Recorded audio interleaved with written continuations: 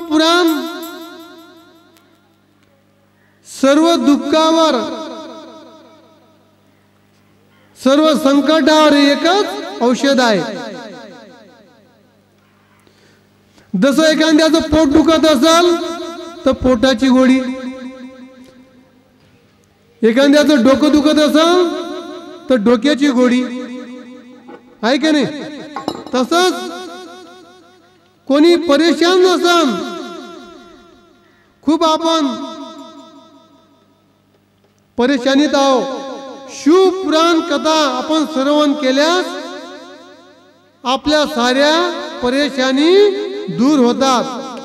म्हणून शिव महापुराण ही कथा सर्व दुःखावर परफेक्ट औषध आहे। नामस कीर्तन साधन पै सोपे, जळतील पापे जन्मांतरीचे, जळतील पापे जन्मांतरीचे, जळतील पापे जन्मांतरीचे। नामस कीर्तन साधन पै सोपे, जळतील पापे जन्मांतरीचे, जळतील पापे जन्मांतरीचे, जळतील पापे जन्मांतरीचे। हरि मुखे मना, हरि मुखे मना, हरि मुखे मना, हरि मुखे मना, हरि मुखे मना, हरि मुखे मना, हरि मुखे मना, हरि मुखे मना।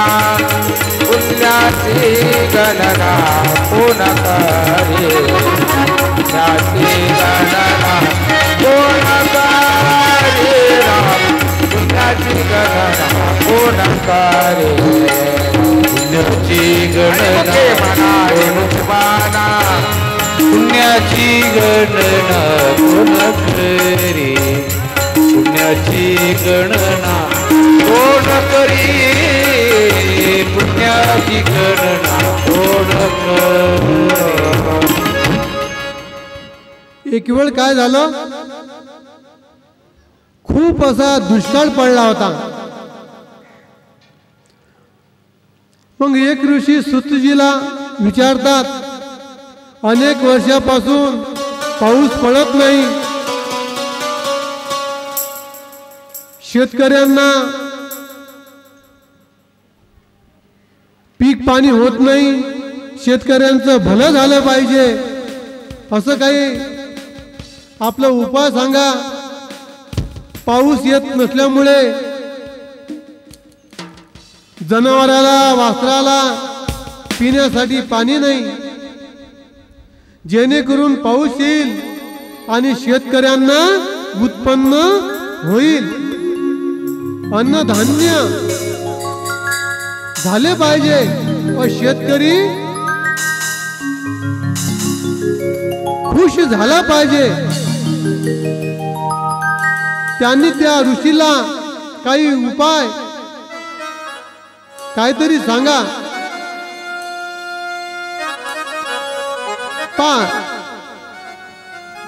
आपण शेतीमध्ये खूप मेहनत करतो, पेरणी करतो,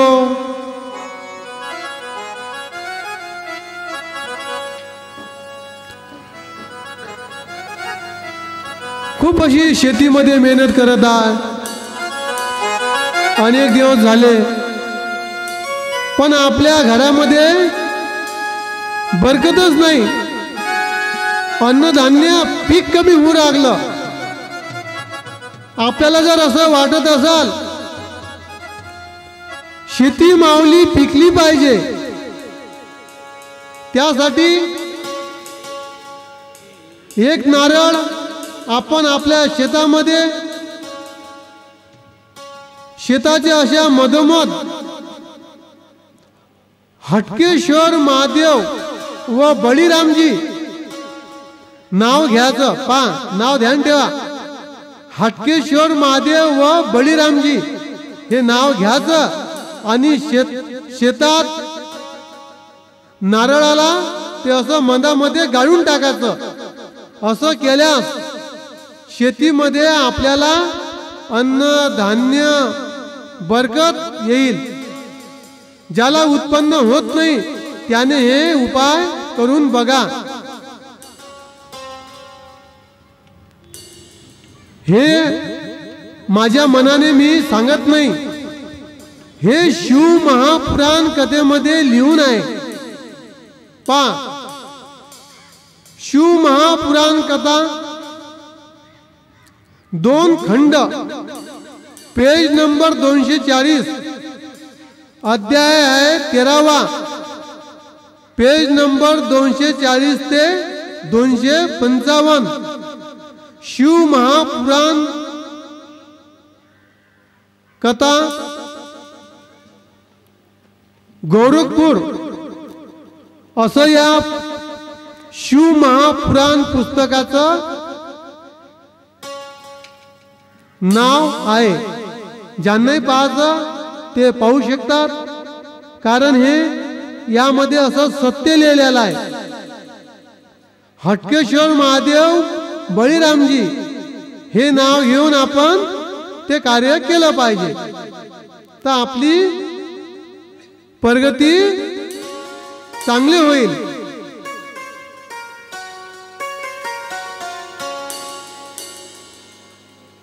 सुतजी महाराज सांगतात, आपल्याकडे गाडी असते. मग गाडी असल्यावर कसं, जशी गाडीची सर्व्हिसिंग करायला लागते ना 2-3 महिन्यानं, त्याचप्रमाणे आपली सुद्धा सर्व्हिसिंग कधी होईल. शिव महापुराण कथा श्रवण केली की आपली सुद्धा सर्व्हिसिंग झाल्याशिवाय राहत नाही. म्हणून आपण कथेला आलं पाहिजे, कारण कोणतंही कसं माहित आहे का, कथेमध्ये येताना भाव पाहिजे. भाव तिथे देव. मनी नाही भाव, मनी नाही भाव, मने देवा मला पा. मनी नाही भाव, मन देवा मला पा. देवाच्या नवे काय नाही रे, देव बाजारचा भाजीपाला नाही रे, देव बाजारचा भाजीपाला नाही रे. मनी नाही भाव, मनी नाही भाव, मनी नाही भाव, मने देवा मला पा. मनी नाही भाव, मने देवा मला पा. देव आशा नवे काय नाही रे, ओ देव बाजारचा भाजीपाला नाही रे, देव बाजारचा भाजीपाला नाही रे, बाजारचा भाजीपाला नाही रे.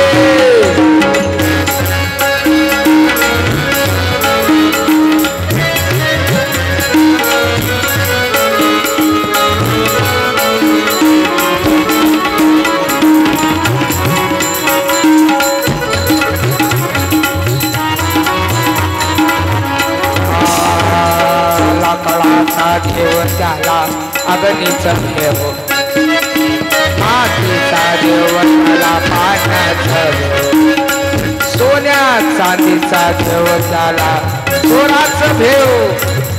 देव अशा न भेटायचा नाही रे, देव अशा न भेटायचा नाही रे. ओ देव बाजारचा भाजीपाला नाही रे, नाही रे. देव बाजारचा भाजीपाला नाही रे बाबा, देव बाजारचा भाजीपाला नाही रे.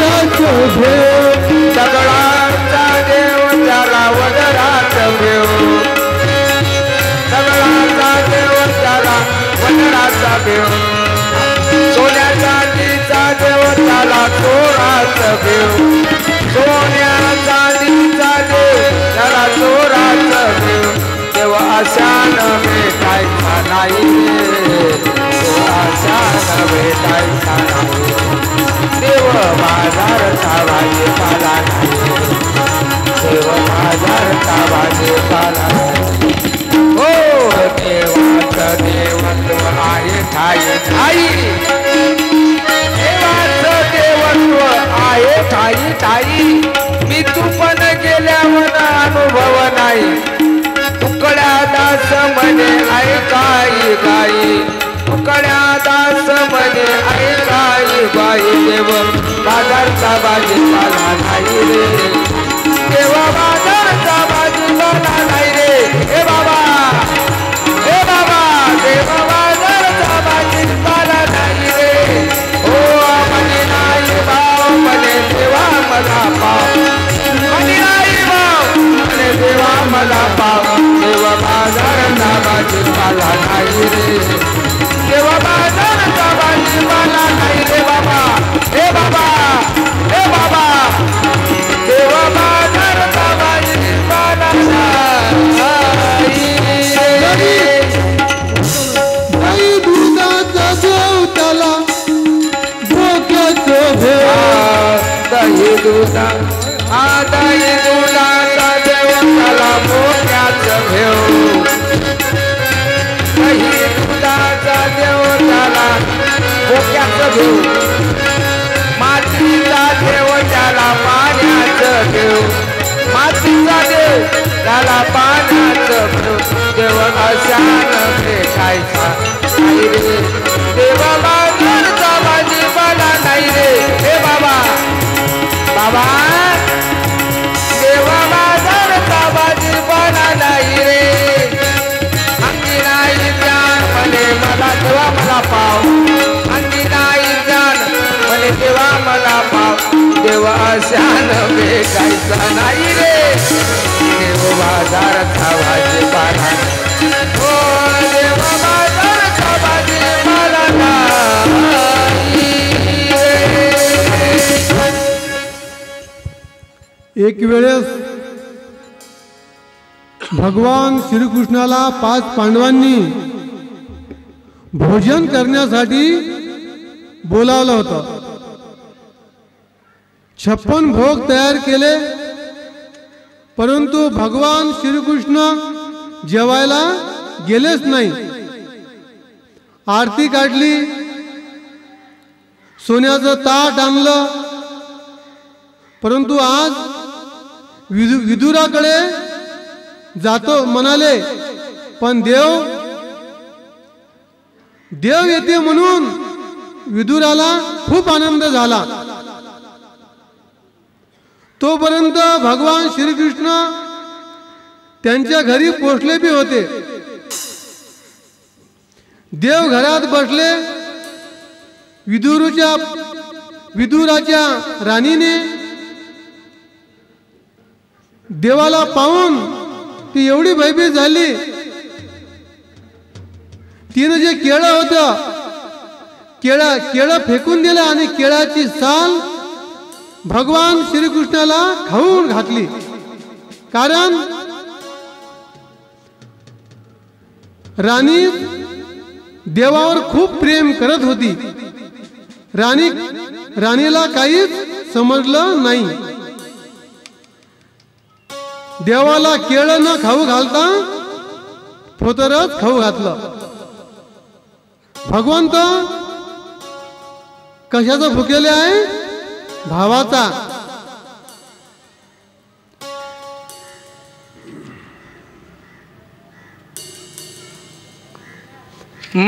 मनमोहन मुरली वाला मनमोहन मुरली वाला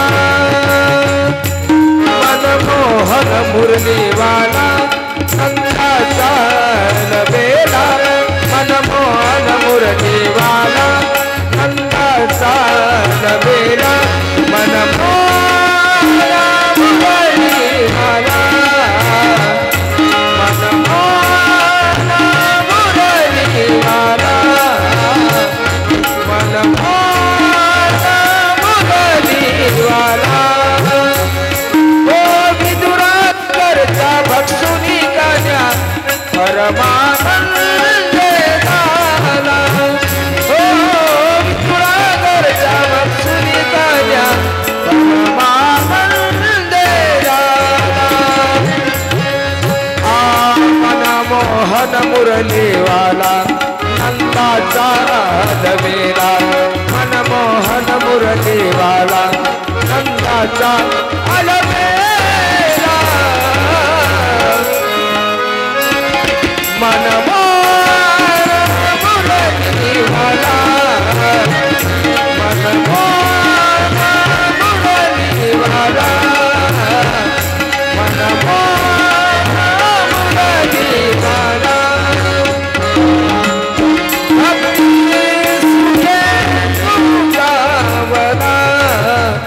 भक्ती सुखे सुखावला हे जनार्दनी निवाला मोहन हे जनार्दनी निवाला मनमोहन मुरलीवाला मनमोहन मुरलीवाला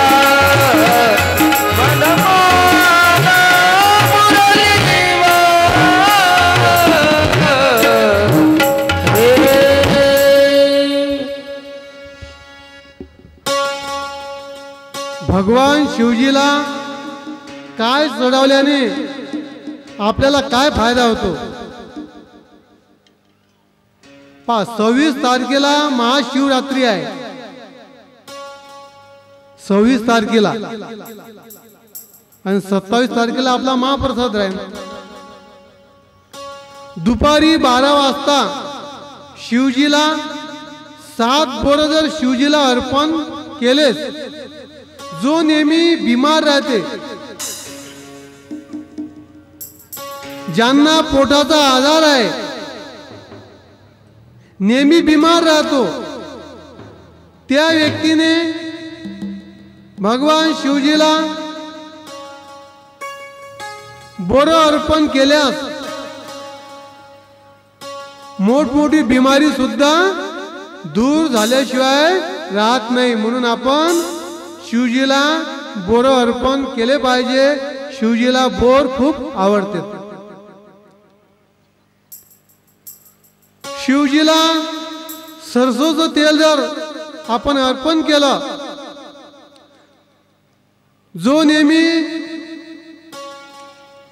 शिवजीला सरसोचं तेल अर्पण करतो आपल्याला असं वाटते बा आपला कोणी शत्रू असेल असं ज्यांना वाटत असेल त्या व्यक्तीने सरसोचं तेल अर्पण केल्यास शत्रूचा नाश होतो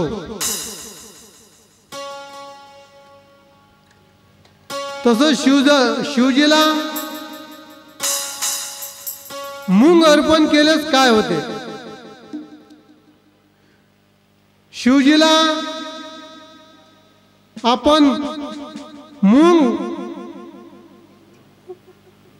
वाहिले आपल्या मनामध्ये कोणती मनोकामना असेल ती मनोकामना पूर्ण होते म्हणून आपण शिवजीला मूंग अर्पण केले पाहिजे शिवलिंगावर चना डाल असते ना ते अर्पण केल्यास आपलं भाग्य खुलते म्हणून भगवान शिवजीला चना डाल अर्पण केली पाहिजे त्यानंतर उडदाची डाळ भगवान शिवजीला उडदाची डाळ अर्पण केल्यास आपल्याला जर वाटत असेल बा शनी दोष आहे, शनीचा प्रभाव आहे, जो व्यक्ती शिवजीला उडदाची डाळ दान अर्पण करतो त्याचा शनीचा प्रभाव कमी होतो.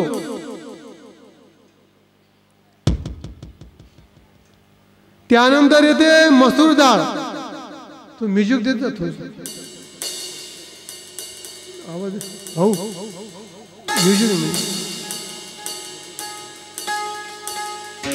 शिवजीला मसुराची डाळ लाल कलरची मसूरची डाळ अर्पण केल्यास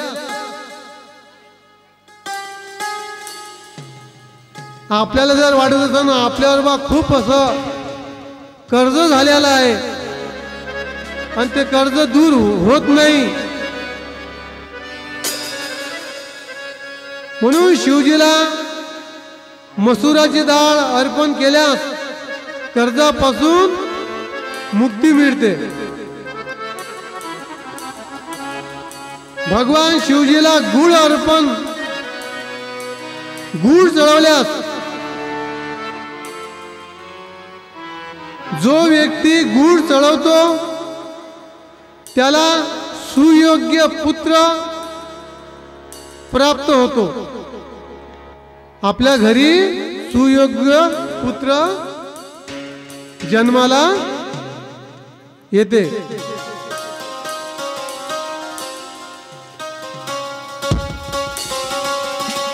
आता एखादा विद्यार्थी आहे बा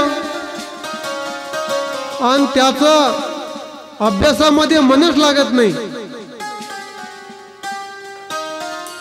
आणि अभ्यास केलाय तरी त्याचं पाठांतरच होत नाही. ज्या विद्यार्थ्याला असं वाटत असेल त्या विद्यार्थ्याने भगवान शिवजीला दूध व साखर अर्पण केले पाहिजे. त्यामुळे त्या विद्यार्थ्याची धीम बुद्धी जरी असली तर त्याची अभ्यासामध्ये बुद्धी चालन, अभ्यासामध्ये मन लागन.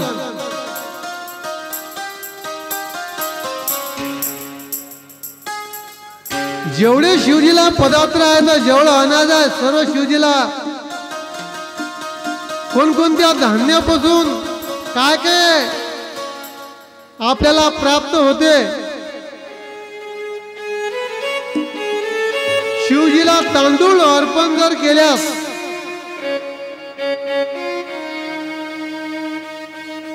जो व्यक्ती नेहमी तांदूळ अर्पण करतो, तांदूळ अर्पण केल्याने धन संपदा प्राप्त होते.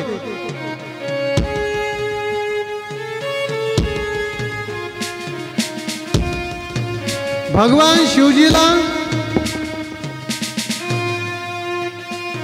उसाच्या रसाने अभिषेक केला तर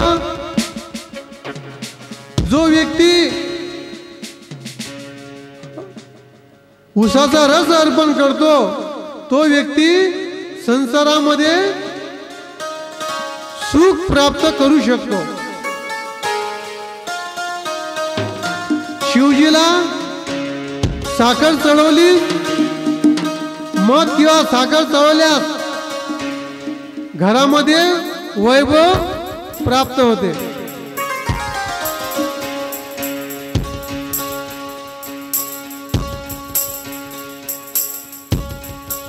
आपण खूप अडचणीमध्ये आहे असं आपल्याला वाटत असेल, आपली अडचण दूर झाली पाहिजे.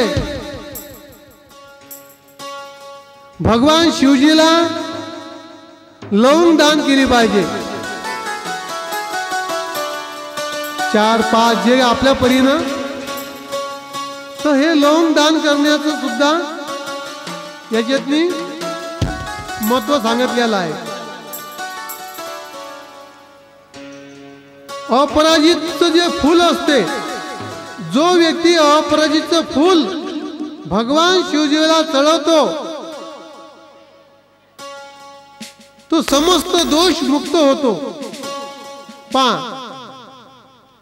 पराजित तो अपराजित होत नाही. तो जीवनामध्ये नेहमी त्याची जीतच होत राहते.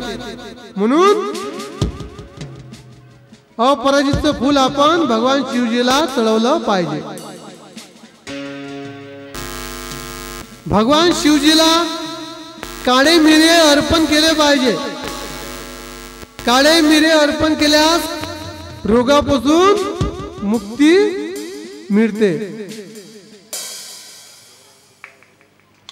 आपल्याला वाटत असेल आपल्याला खूप संकट आहे बा, परेशानी आहे, घरात शेतीची कोर्ट कचेरी चालू आहे, आपली समस्या दूर होत नाही.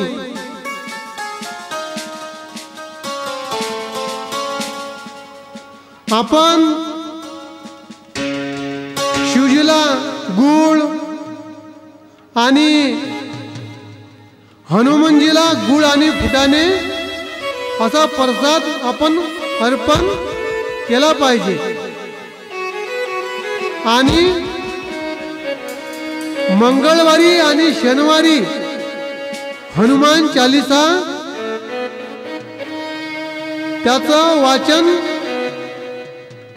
केलं पाहिजे. आपल्या ज्या काही समस्या आहेत ते दूर झाल्याशिवाय राहणार नाही.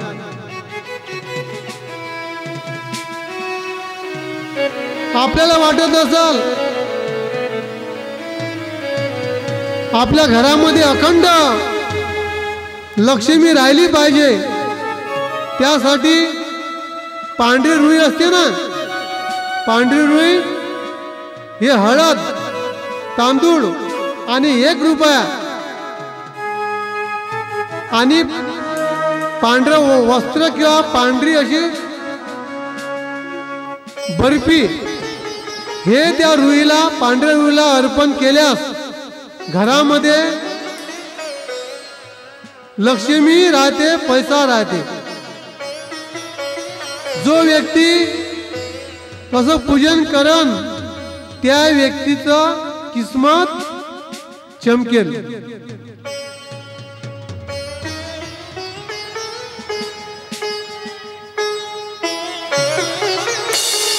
असे म्हणतात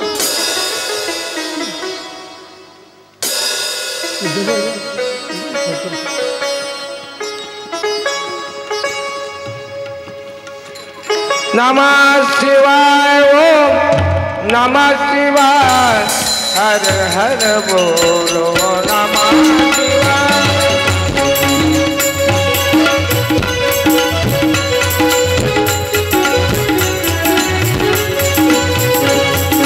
नमः शिवाय ओम नमः शिवाय हर हर बोलो नमः शिवाय. टाळ्या वाजवा, हाताने टाळ्या वाजवा.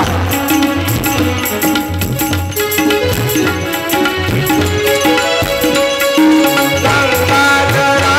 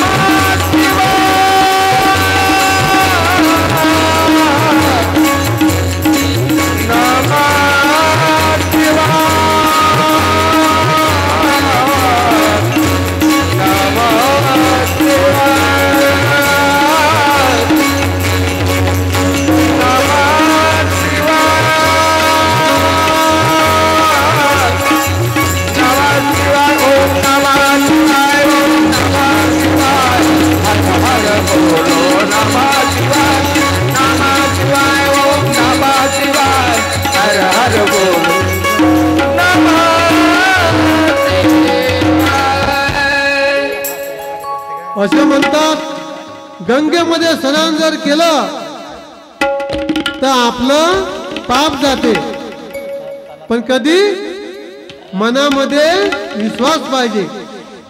काशी नगरीमध्ये खूप असे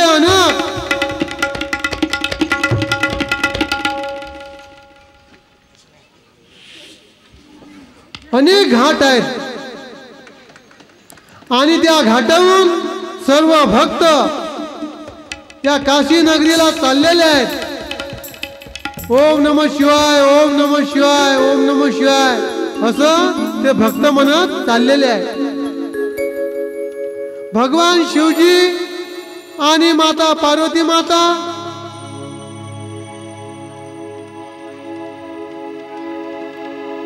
ह्या वरतून प्रवास करत असताना पार्वती माता म्हणतात, शिवजी बघ पाग तुमचे भक्त किती गुणगान करून राहिले.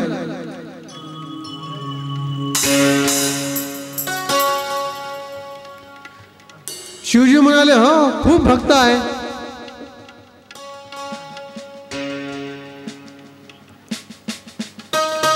पार्वती माता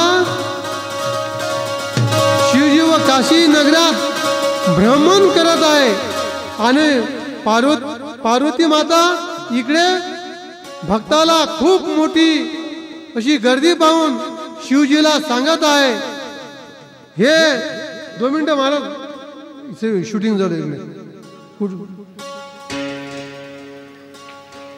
आपण इकडे काय करतो, काय उड्या मारतो हे सर्व तिकडे दिसते. हे भोले की कृपा आहे. पार्वती पते हरार जय मनचा जोऱ्याना. हे नगरी किती पवित्र आहे. काशी नगरी आता पावन होणार आहे. शिवजी पार्वती माताला म्हणतात, ज्यांच्यावर श्रद्धा आहे, विश्वास आहे, पार्वती रूपी श्रद्धा आणि शिवरूपी विश्वास, तो ज्या भवसागरातनी तो भवसागर पार करू शकेल. आपण काय करतो, आम्ही मंदिरात गेलो पण देवावर विश्वास नाही. आम्ही त्या मंदिरात गेलो, देवावर श्रद्धा नाही, विषय संपला, कार्यक्रम संपला. कारण विश्वास श्रद्धा ही खूप मोठी गोष्ट आहे. शिवजी म्हणतात, बघ पार्वती, यामध्ये कोणी हौशी आहे, कोणी गौशी आहे, अनेक प्रकारचे लोक आलेले आहे यात्रेला. पार्वती हे सर्वजण यात्रेला आले आहे, तुझी खरी गोष्ट आहे. कोणी यात्रेला मजाच करायला येते आहे की नाही. यात्रेत राहतात ना हौशी गौशी. तू सांग, गंगे स्नान केलं तर पाप जाते, हे परिपूर्ण आहे. पार्वती तू इथे खूप भक्ताची गर्दी दिसते, याची तू काय कर, परीक्षा घे. पार्वती म्हणे बरं आहे, असं कर म्हणे, तू एखाद्या म्हातारीचं रूप घे म्हणे. आणि शिवजीला म्हणाल तुम्ही एखाद्या म्हाताऱ्याचं रूप. शिवजी म्हाताऱ्याचे रूप घेतलेले आहे. पार्वती माता एका म्हातारीचं रूप घेऊन त्या ठिकाणी शिवजीने काय केलं, असं काडी टेकवत एका खड्ड्यामध्ये जाऊन पडलेले आहे. काशीच्या घाटावरून अनेक भक्त जात आहे. पार्वती माता त्यांना आवाज देऊन सांगत आहे, माझ्या म्हाताऱ्याला या खड्ड्यातून काढा. काढता का बापा हो? कोणी आहे का? पण अशी आवाज येत आहे. काही ना वाटलं असून आता एखादा वाटपा जर एखादा माणूस पडेल आहे, कोणाला वाटते पडला असून बा दारू घेऊन, आपण कशाला उचलू आहे का नाही?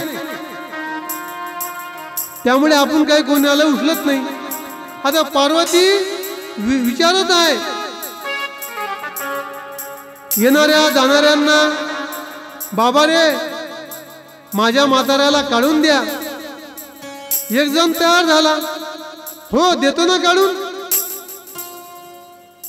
हे काढून दे, पण पुण्यवान असेल तर तू काढून दे, आणि पापी असेल तर तुझी राख होईल. यायला वाटलं बा काय कोण टेन्शन घेन, तो भक्त सरकत चालला गेला. असं करता करता काशीची पूर्ण यात्रा संपली. एक चागला आपल्या काळे महाराजासारखा थट्टा कट्टा गंगेतून स्नान करून असा चालला होता. मग पार्वती मातेनं काय त्याला आवाज दिला, अरे बाबा माझा पती या खड्ड्यामध्ये पडून आहे, काढून देतो का? तो मुलगा तयार झाला म्हाताऱ्याला काढायला. हो मी काढतो ना. पार्वती माता म्हणाली, पाय बरं पुण्यवान असन तर काढ, नाही तर जळून हाक होशील. तो भक्त पार्वती मातेला म्हणाला, मी गंगेतून आताच आंघोळ केलेली आहे. मी पाप जरी केलं असन, मी गंगेतून आताच आंघोळ करून आलेला. जशी त्या म्हाताऱ्याला पाहिलं आणि त्या मुलानं खड्ड्यामध्ये डायरेक्ट अशी उडी मारली. जशी उडी मारली तशी शिवजी त्या ठिकाणी प्रगट झाले. पार्वती माता म्हणाली, एवढ्या मोठ्या भक्तामधून, हजारो भक्तामधून एकच विश्वासू भक्त निघाला. पार्वता माता म्हणाली, तुला भीती नाही वाटली का? तो म्हणाला, मला बिलकुल भीती वाटली नाही. मी या कलियुगातली मनात मनुष्य मनानं आणि कायेनं आणि वाचेनं 3 प्रकारचे पापी होतो. समजलं का?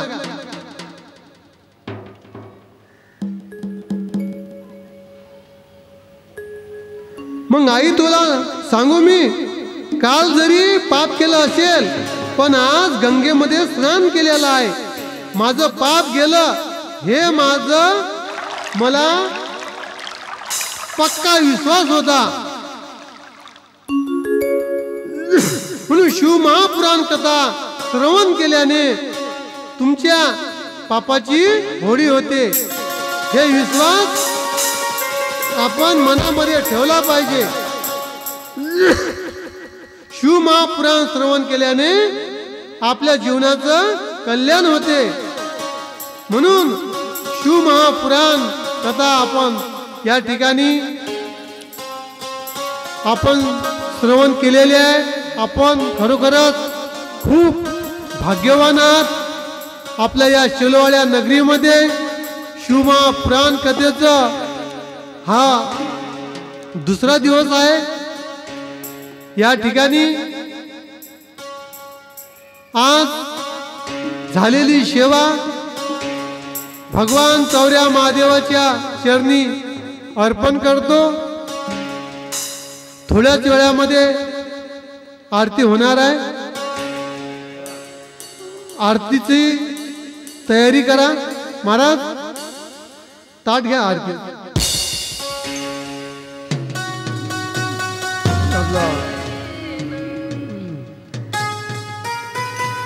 दादा तुम्ही आरती लिहून जा ना. दररोज एक एक जण नवीन आरतीला येत जा. आज तुम्ही उद्या ते. ठीक आहे. प्रल्हाद भाऊ या ना, घ्या आरती घ्या. या वहिनी तोपर्यंत आरती तयारी. आरती